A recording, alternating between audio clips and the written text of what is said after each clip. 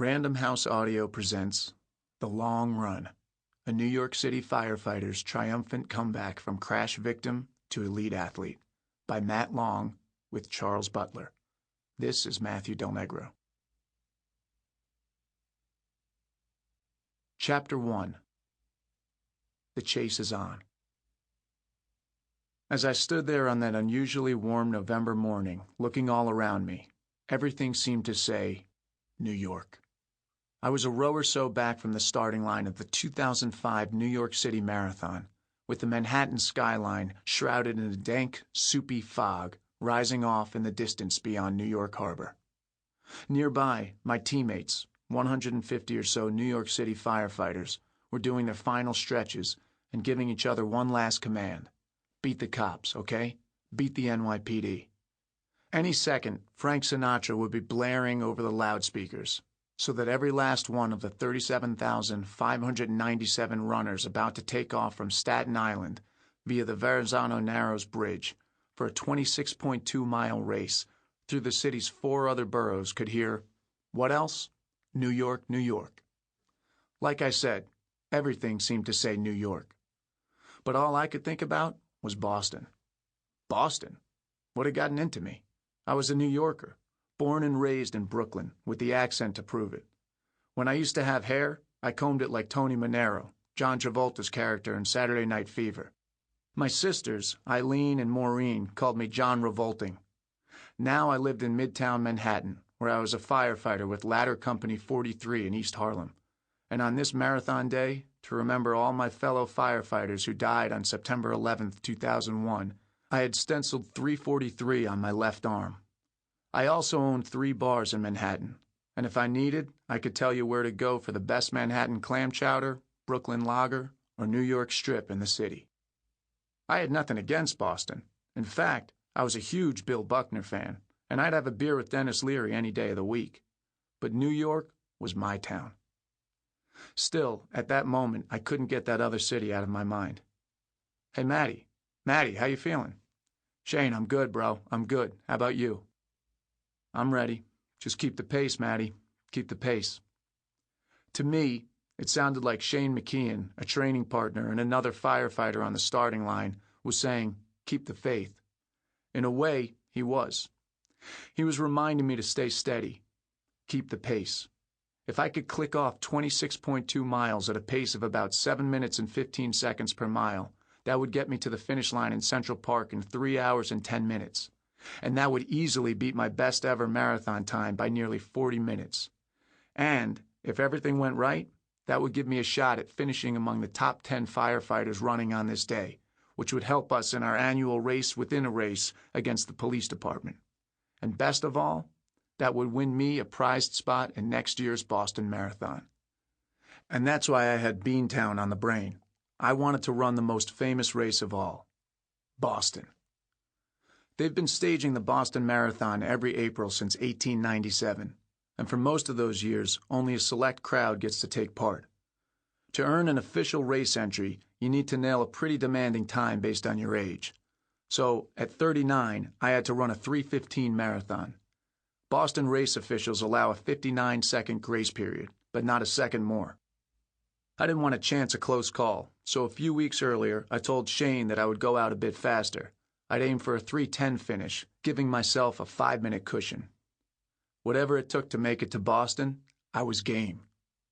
Still, even with my plan in place, I knew there were no guarantees when it came to a race like a marathon. The day's weather could trip you up, and today's temperatures were expected to rise to the mid-60s, scorching for late fall. I also worried that I might feel flat after so many weeks of intense training. I had been running upwards of 50 miles a week since May. And then there was the fact that I was still relatively new to the competitive running scene. Just 2 years ago, I was a firefighter with a sore back and a triple chin. Without really noticing, I had packed an extra 35 pounds on my 5'10" frame. I was up to 212 pounds. And behind my aching back, friends were calling me Beer Belly Matty and Fatty Long. But then I found religion, or I should say, running, as well as biking and swimming. In other words, I found the world of triathlons. Egged on by a friend, Noel Flynn, I trained through the winter of 2004 for my first triathlon, a 1.5-kilometer swim, 40-kilometer bike, and 10-kilometer run. That spring. When I completed it, I couldn't wait for the next one, and the one after that. I got addicted to the competition and the training and the camaraderie among the athletes I met at different events. I joined a triathlon club. I tracked my mile split times and my heart rate after every workout. I logged the number of miles I put on my running shoes, retiring a pair when it hit 300. I consumed nutrition books. I started preaching that bagels are not your friends at family parties. I cut back on my beer intake, a huge concession for a guy who owns bars, and I started racing every chance I could. In 2004, my first full year of training, I did 14 triathlons of different lengths and traveled everywhere from Long Island to New Jersey to Texas to do them. The adrenaline rush from the training and the competing was like nothing I had ever experienced, except maybe the rush of running to a fire with my ladder company. And all the work paid off in other ways as well. I dropped to 175 pounds and the backache disappeared for good. Suddenly, I was in the best shape of my life. Then I made the ultimate commitment. I signed up for an Ironman, an event that can make waste of even the best athlete over the course of a 2.4-mile swim, 112-mile bike, and 26.2-mile run. It was in Lake Placid, New York, in July 2005, 4 months before the New York City Marathon. My training buddies thought I was nuts. "Matty, what's the rush?" Frank Carino, a close friend and fellow firefighter, asked one day after we did a long, hard training run together. Frank had attempted his first Ironman only after competing in smaller ones for 5 years. The Ironman can take a huge toll on your body. You can build up slowly, you know. "Frank, I know, but the thing is, I love this stuff, even when it hurts." No, there was no talking me out of it. On July 26, I did my first Ironman, finishing in 11 hours and 18 minutes, and in 279th place out of about 2,000 finishers. I did the marathon leg, the third and final one, in 3 hours and 44 minutes, nearly 9 minutes faster than my last solo marathon 7 years earlier. A pretty good showing, I thought. "Pretty good?" Frank said after we were done. "That was fantastic.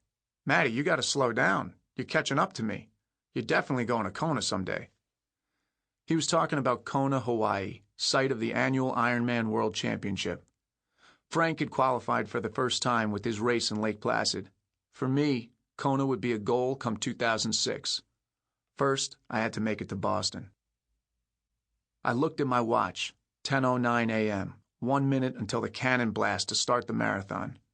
Just then, John McLaughlin, an FDNY lieutenant who once ran this race in well under 3 hours, shouted to me, "Hey, Matt, what are you looking to do today?"